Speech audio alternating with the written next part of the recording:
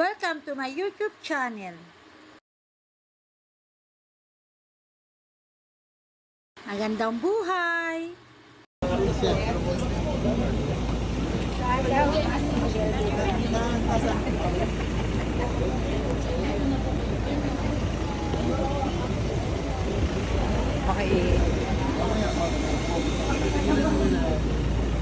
Kita nakilala.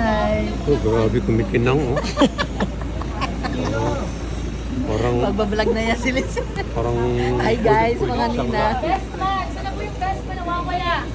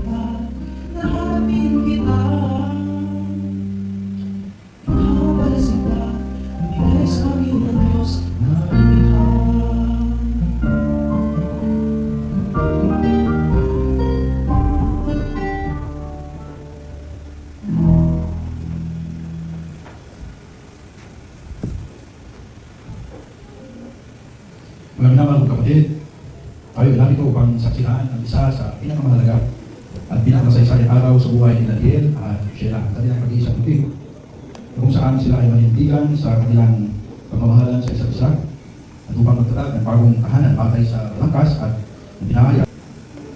Sino mang tao ngayon na nasa ating kalagitnaan na may dahilan upang ang dalawang ito ay hindi nararapat na pag-isahin dito ay mangyari lamang na magsalita.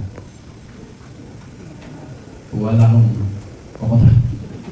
Wala akong kumontra. Sige. Tuloy natin. Sino ngayon ang nagkakaloob sa lupain ito para magpakasal? Panginoon natin. Wala naman po kontra. Maraming salamat. Maaari na po kayo magsyo. Sa bawat kaganapan po at pangyayari sa buhay ng isang tao, ang pagtitigan nasa inyo na, hindi nakasulat dito eh. Magkahawak ng kamay. Yan. Diyan, tinatanggap ko ba si Sheila na magiging iyong asawa? Na magkasamang mamuhay sa alitutunin ng Diyos sa banal na matrimonyo? Ipinangangako mo ba siya na siya'y mahalin, arugain, ingatan at igalang kahit sa karamdaman, kalusugan? Ang siya pinakabit natin kanina. Kasi hindi mo kayo nagpa-check up. Makalalabas yun yung kahit sa isa't isa, isang buwan pala kasi galing kayo sa isa't isa. Sa karamdaman, kalusugan, sa kasalatan o kaginawaan, masubuhin na ninyong pagsasama, pananalapit, sa kutbayan o kagalakan man, at iiwan ang lahat, alang-alang sa Kanya, habang kayo nabubuhay. Mabuti yung gano'n. Hindi tayo naman, hindi lang ikaw. Sheila, tinatanggap mo ba si Diel na maging iyong asawa, na magkasama mamuhay sa lituntunin ng Diyos, sa banal na matrimonyo? Ipinangako mo ba siyang mahalin, arugain, ingatan at igalang kahit sa karamdaman o kalusugan, sa kasalatan o kaginawaan, sa kalumbayan o kagalangan man, at iiwan ang lahat alang-alang sa Kanya habang kayo nabubuhay? Mabuti kong gano'n. Ating tingnan po itong mga simbolo ng pag-aasawa. Sa oras na ito ay ating masasaksihan ang 4 na seremonyas na magiging susi sa katugumpayan ng kanilang pagsasama. Ano ang simbolo mapapatunay sa inyong tipanan? Sisig. Ang sisig na ito ay mahalaga. Hindi naman dahil sa ito ay galing sa pinto at sa kanyang mamahaling halaga, kundi dahil sa ito ay sagisag ng pamamahalan at simbolo ng tipanang pag-aasawa. Diel at Sheila, at tipanang singsing na ito ay mayroong 3 kapahayagan sa inyong buhay bilang mag-asawa. Una, inihahayag nito ang pakikipagtipan. Diel at Sheila, sa tuwing makita ninyo ang singsing na ito, kayo ay pinaalalahanan sa inyong banal na sumpa ang pag-aasawa. So, reminder sa inyo na meron kayong ugnayan, kasunduan. Pangalawa, inahayag nito ang pagkawalang hanggan. Tulad ng singsing na ito ay pilok at walang tulo. Kaya hindi naman dapat ang inyong tipanan. Kaya na inyong pangako sa isa't isa, ang inyong tipanan ay hanggang kayo'y may buhay. At pangatlo, inahayag nito ang kadalisayan at ang pagpapahalaga. Habang ang singsing ay nakasalang sa apoy at sa mangyayari ay makaksubok. Sasalang kayo sa apoy. Lalo itong magiging talisay at lalong magiging mahalaga. Kaya hindi naman dapat sa buhay mag-asawa. Habang lumalawag ang inyong pagsasama ay lalo ninyong masusukuhan ang pagpapahalaga sa isa't isa. Subalit masusukuhan lamang ninyo ito sa pagpapasakop sa kalooban ng Panginoon. Bilang alaala sa iyong tipanan sila, tinatanggap mo ba ang singsing na ito bilang patunay sa mga pangako at ideal sa iyo? Kung isuot mo ang singsing na ito sa kaluwang daliri ng iyong pinamahal. Pinakalitan, ikaw magsuot lang sa kanya. Pinakalitan. Hindi kasya sa daliri mo yan. Magiging.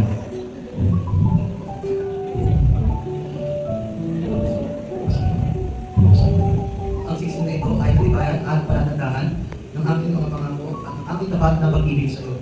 Pangako ko ito mula sa araw na ito sa pangalan ng Ama at ng Anak ang Espiritu Santo. Bilang alaala sa iyong tipanan, Diel, tinatanggap mo ba ang singsing na ito bilang patunay sa mga pangako ni Sheila sa iyo? Oo, Pastor. Isuot mo ang singsing na ito sa kaluwang daliri ng iyong pinamahal.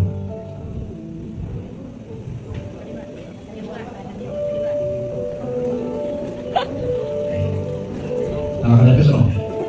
Magaling yan. Ang singsing na ito ay nagbayan ng palatandaan ng aking mga pangako at ng aking tapat na pag-ibig sa iyo.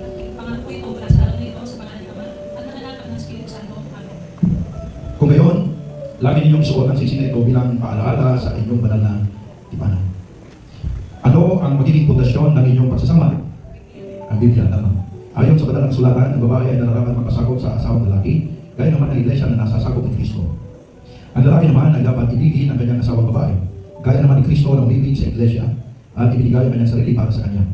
Sinasabi rin ng banal na kasulatan na dahil dito ay iniwan ng lalaki ang kanyang ama at ina at magkikisama sa kanyang asawa, ang dalawa ay magiging isang naman. Kung kayong dalawa sa harapan ng Panginoong Diyos ay lubos na naniniwala at susunod sa mga katotohanan nito, ay mangyaring sumagot ng opo. Ipatong ninyong dalawa ang inyong kanang kamay sa Biblia. Ay, dito na sa lapat. Yan, ipatong ninyong dalawa. Diel, sumunod ka sa akin. Nangangako ako sa harapan ng Panginoon Sa harapan ng Panginoon na aking susundin na aking susundin ang mga alituntunin ang mga alituntunin ng mga salita ng Diyos ng mga salita ng Diyos na aking iibigin ang aking asawa, ang aking iibigin ng aking asawa, gaya ni Kristo gaya ni Kristo, na umibig sa kanyang iglesia. o umibig sa kanyang iglesia. Amen. Sige, taas na natin siya. Yan. Sheila, sumunod ka sa akin. Nangangako ako sa harapan ng Panginoon Nangangako ako sa harapan ng Panginoon na aking susundin ang mga lituntunin na aking susundin ang mga lituntunin ng mga salita ng Diyos, ng mga salita ng Diyos. na ako'y magpapasakop sa aking asawa Na ako'y magpapasakop sa aking asawa sa lahat ng mga bagay sa lahat ng mga bagay na gaya naman ng iglesia na gaya ng iglesia na nagpapasakop kay Kristo Jesus. na nagpapasakop kay Kristo Jesus. Amen. Amen. Ito yung sinasabi natin kanina. Aras ang tawag po nila dito. Ang pera sa banal na kasulatan ay yari sa pilat at ginto. Sa matuwid, ang pera ay nagsisimbolo ng kayamanan. Ang pananalapi ay isa sa mga biyaya ng Diyos para sa kanyang anak. Kung kaya ang salita ng Diyos ay bibigyan ng mga paalala at babala patungkol dito. Ito yung muna. Huwag ninyong gawin na ito ang pangunahing pagmula ng masayang pagsasama. Siyempre masaya kung may pera eh. Pero huwag ninyong gawin na ito ang pangunahin. Huwag ninyong ipagpalit ang kapangyarihan ng salapi sa kagalakan ng mula sa Panginoon. Pangalawa, huwag ninyong hayaan ang pag-ibig sa salapi ang magpapalayo sa inyo sa Diyos. Pangatlo, dapat kayo maging mabuting katiwala sa lahat ng mga bagay, pati na sa pananalapi, sapagkat ang matapat sa kakaunti ay matapat din sa marami. Pangapat, inyong alalahanin na ang pag-ibig sa salapi ay siyang ugat ng lahat ng kasamaan. Maliwanag ito, hindi naman ang pera talaga, kundi yung pag-ibig dito. Yan ang ugat. Ang pera ay yun talaga. Pero pag yan ibig, yan ang pagbubula ng kasamaan. Maaari ito magwasak sa inyong magandang pagsasama kung mali ang inyong pagpapalaga nito. Gitna sa lahat, lagi ninyong alalahanin ang Diyos at pinagbulan ng mga pagpapala kaysa sa panalapi na kaloob niya. Ito, Brad. Yan. Yan yung in richer and poor. Sige. Sheila, ipinagkakatiwala ko sa iyo ang aking yaman at ang aking kita. Tanggapin mo at ingatan ito sa ikatatagumpay ng ating tahanan. Diel, magtiwala ka sa akin. Iingatan mo ang iyong yaman at iyong kita sa ikatatagumpay ng ating tahanan. Ang beto, ari ng lungkot si Daniel at saka si Sheila. Yan. Ito kayo kasi.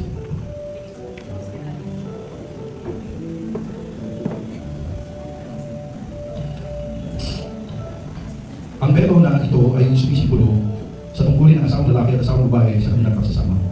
Ito ay naglalarawan ng pagpapasakop ng asawang babae sa asawang lalaki. Ito din nagsasaan ang pangunguna ay nakaatang sa asawang lalaki.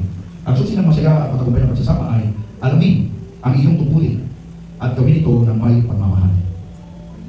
Ang tali na ito ay sumisipulo ng pag-ibig na nagbubuklod sa inyong dalawa. Kaya, kagaya ng isang tali, may tatlong higlang hindi madaling masira o maputol. Ang pag-ibig ng Diyos, isang ayo. Ang pag-ibig nyo sa isa't isa, last two. Tatilan, ay higlang hindi madaling masira o maputol.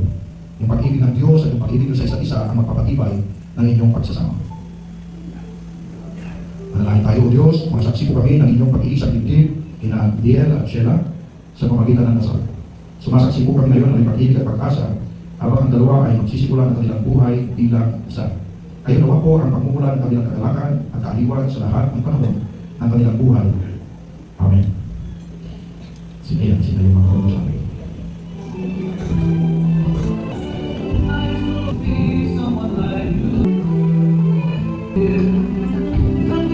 Marami pong salamat sa pagpapalig po niyo sa amin, sa pagmamahal at buong sakripisyo niyo po sa aming mga kapatid. At nagpapasalamat po ako na kayo piniging magulang ko dahil kung hindi po dahil sa inyo, wala po siya makapangasawa. Kaya, thank you po. Ngayon pong ikarasan lang po ako. Magiging mister rin na po ako. Hindi naman po ako totally mawawala po sa inyo kasi kaya naman ako tumalaw. Tagamambag lang naman kami. Hindi ko kayo makakalimutan syempre. Hindi ko. Nangako po ako na magiging mabuting asawa mo para kay Ian. Maraming po salamat, mahal na mahal po. Ito po yung hinanda ko kasi pinagregalo ko sa inyo. Love you, Ate Papa.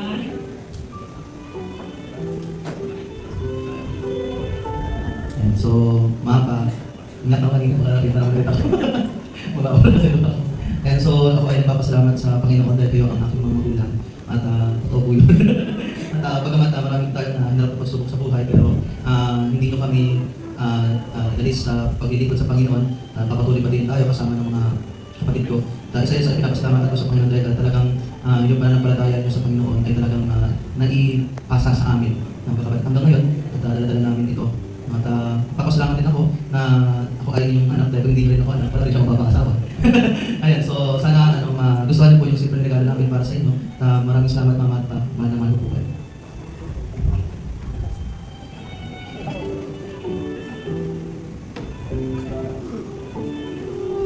mag-iisa na, magiging isa na, yung sinasagisay na. Mahal na.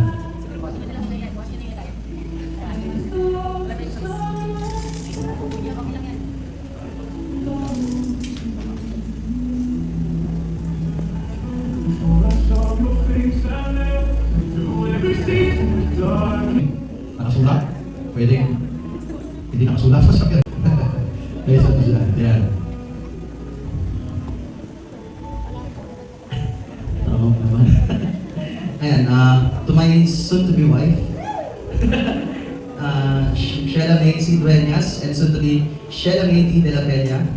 Love, mahal, Han, D, at Didi. Lahat yan ikaw yun. Marami tayong tawagan.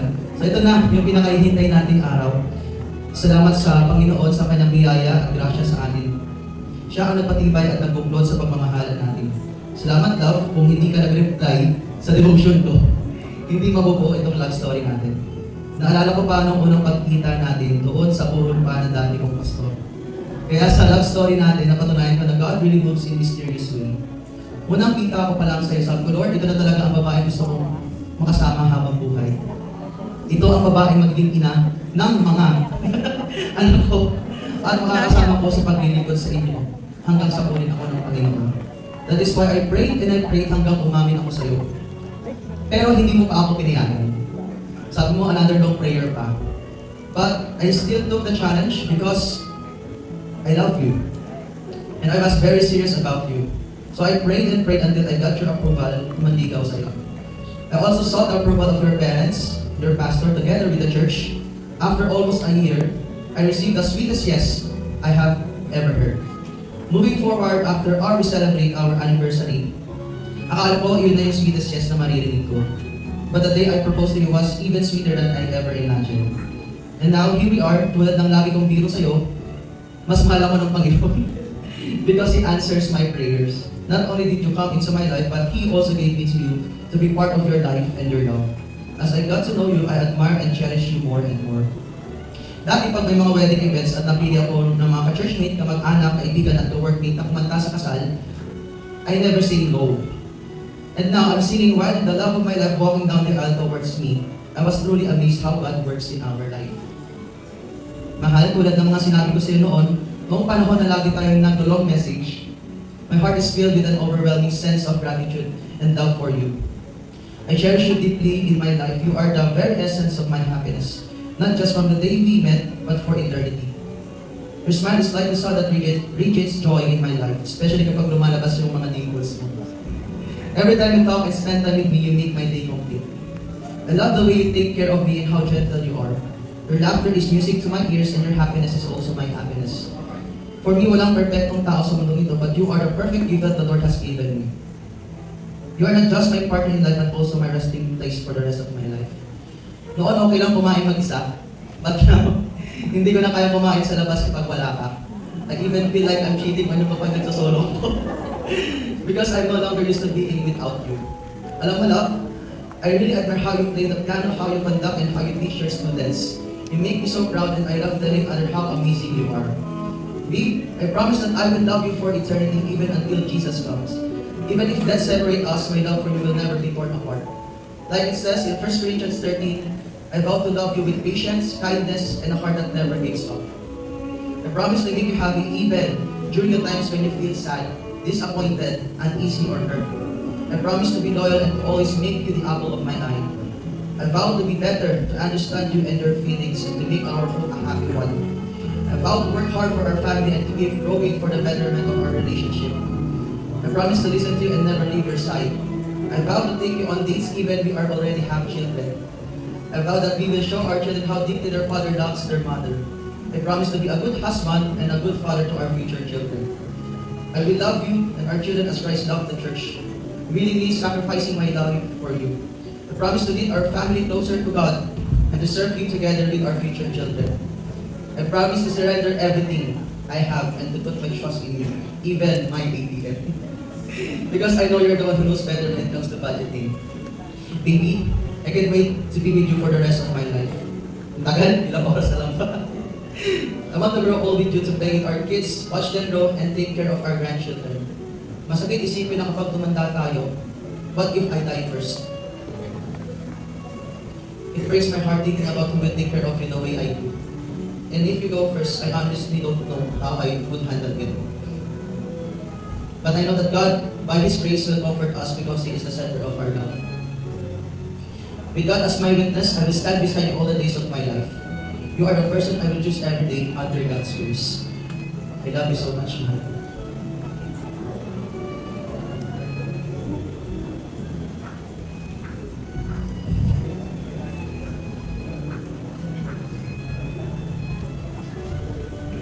Ang galing kasi, halos parehas na yung naman ng vow natin. Hello, sir. Thank you for the devotion that you sent. This was my first reply when we first chatted. Yung devotion na yun, I really needed that because I was at my lowest at time. But through your araw-araw na magsisend ng devotion na hindi ko naman pinapansin, who would have thought na that will be the start of something beautiful between us. Hanggang sa lumawig yung pagkakaibigan natin, hanggang sa nagtapat ka at nagsabi na gusto mong maligaw. At that time, gusto ko makasigurado ko sa nararamdaman mo, kaya sinabi ko, ipag-pray mo muna. Akala ko nga hindi ka babalik. Pero after how many months, tinanong mo ako ulit kung pwede nang maligaw. Dahil, syempre, pinag-pray natin parehas, kaya go na. Basta sabi ko, may requirement ako, magpaalam ka sa mga magulang ko at syempre sa pastor ko. Super hanga ako sa'yo kasi kahit kabado ka, ginawa mo kung ano yung tama. Fast forward sa naging tayo, June 21, 2024, and after 1 year and 2 months, August 21, 2025, nag-propose ka. At ito na yun, after 8 months of preparation, asawa na kita. Maraming na-amaze dahil isang taon pa lang tayo, tapos magpapakasal na tayo. Yung love story natin, patunay na wala sa habang extend ng pag-iibigan ang patungo sa kasalan. Minsan lang sa totoo lang pag tinitignan kita, hindi pa rin ako makapaniwala na ikaw yung makapangasawa ko.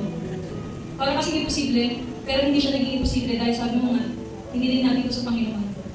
I know that in you I'm in good hands. Napatunayan ko yan ng maraming beses, but let me share something I will not really forget. One night, we were praying together. We're on the beach of wedding preparation that time. And while we were praying, you didn't know that I was crying silently. Umiyak ako dahil sa panalangin mo.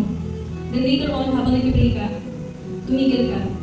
Yun pala, umiiyak ka na rin dahil sa sobrang pasasalamat mo sa Panginoon at sa marami mong bagay. Doon ko mas napatunayan na ang tao mapapangasawa ko ay talagang mahal ang Diyos at ang gawain niya. Lagi mo rin pinagpaalala sa akin na kapag mag-asawa na tayo, gusto mo ng buong pamilya natin ay naglilingkod sa Panginoon. Marami ka pa mga spiritual na bagay na itinuro sa akin at isa yun sa maraming dahilan kaya ikaw ang pinili ko. Dahil alam ko sa sarili ko na isa kang tapat na Kristiyano. Salamat ka sa paggawa ng tama, sa pagmamahal sa pamilya ko, sa simbahan, at sa mga bagay na kahit alam kong naghihirapan ka, ginagawa mo pa rin para lang hindi ako mahirapan. I like how you always ask me, lalo kapag tahimik lang ako. Nakagawa alam mo na agad na hindi ako okay. And kapag ganun, you made me laugh in the moments I did not think I could. You showed up for me, even when I didn't know how to ask. Hindi ko man madalas masabi sa'yo, gusto kong malaman mo na sobrang na-appreciate kita at sobrang palad ko na ikaw ang makakasama ko habang buhay. Higit sa lahat, sobrang salamat dahil hindi ko naranasan ang maging isang stress na bride dahil sa tulong mo sa preparation sa kasal natin. Mula sa paggawa ng mga bulaklak ng bridesmaids, sa pagbabala ng mga souvenirs, at sa lahat ng mga design sa bulaklak, ikaw halos lahat sa mga bagay na ginagawa ng isang bride. Minsan nga naisip ko kung sino ba talaga yung babae sa atin. Ikaw ba o ako? Kasi mas creative ka talaga. At naiintindihan mo na sabay-sabay talaga ginagawa ko. Halos araw-araw may ginagawa si pastors, practice ng graduation ng March, nag-aasikaso para sa resignation ko at marami pang iba. Basta salamat lang dahil kaagapay kita. I promise to back your ideas, even the ones that scare the both of us, just like the way you always support me. I promise to understand, support and love you. Pinapangako ko rin na tutulungan kitang magpapayat. Kasi di ba yung request mo, sabi mo, pag magkasama na tayo, papayatin mo ako. Sige, gagawin natin yan. Magagawa na natin yan kasi kasal na tayo, makukontrol na natin yung mga kakainin natin. Makakapunta na rin tayo sa mga malalayong lugar na tayong dalawa lang.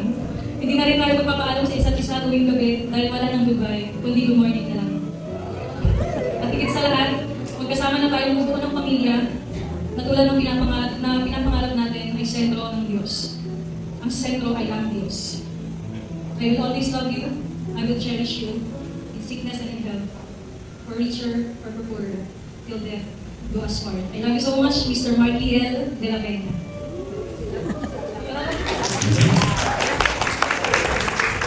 Let comments separate. God and this congregation are witnesses of the vows you made today, that you will remain husband and wife as long as you both shall live. Mga magulang, bisita, kapatid, panauhin, karangalan kong iharap sa inyo at ipakilala ang bagong mag-asawa. Sina Leon at Tina Mark Liel and Sheila May de la Peña.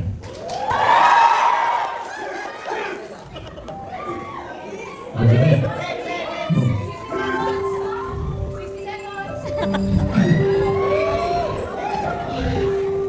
Bebas-bebas na tayo.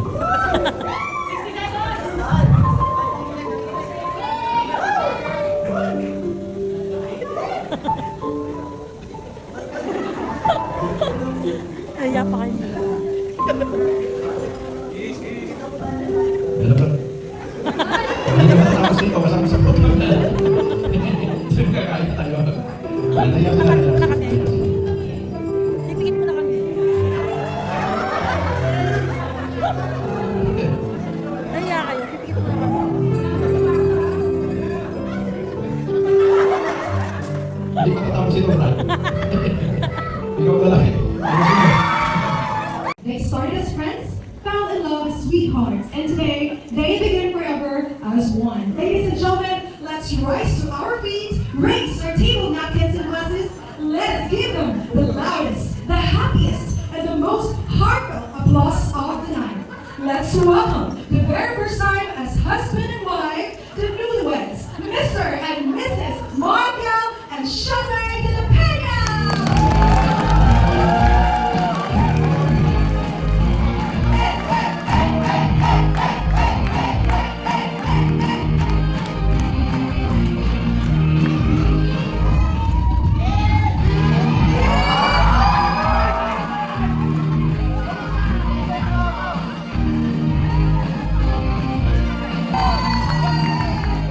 Sakis Manalo.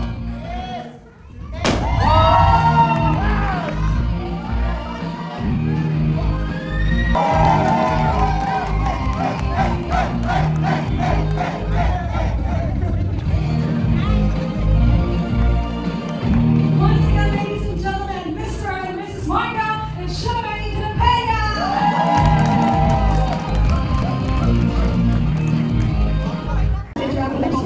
Congratulations and ladies.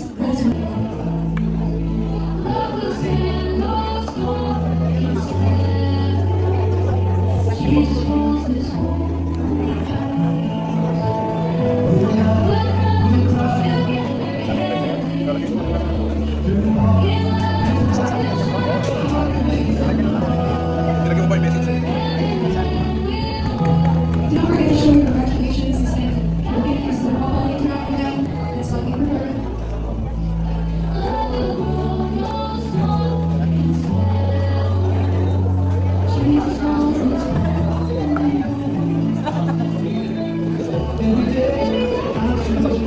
Kasawakan mo nga.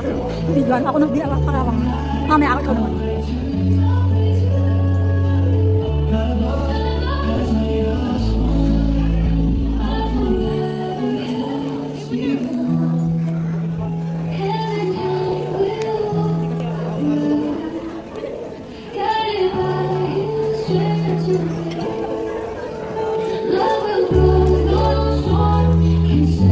Ganyan pinabili ko. Ilang kalso? Hindi ka siya? Hindi naman.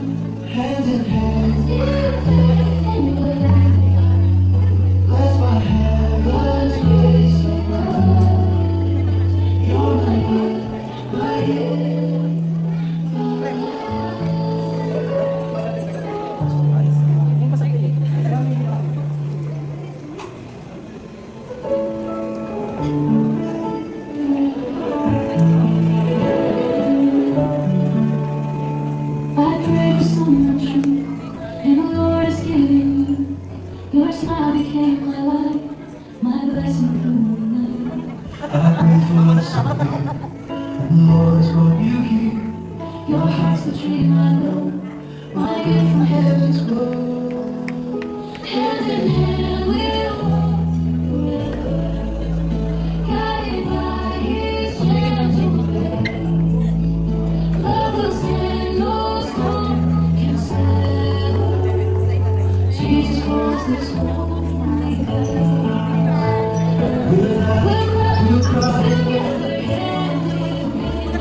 His love will shine. Hand in hand we'll walk,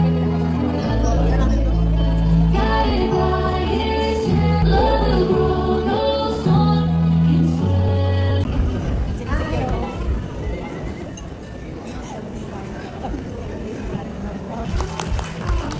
Before we move on to the grand toast, for the last time po, no? Alam ko marami ka nilang messages kayo narinig. But of course, we cannot skip this to people na dalawa pong tao na importante sa buhay ng ating couple.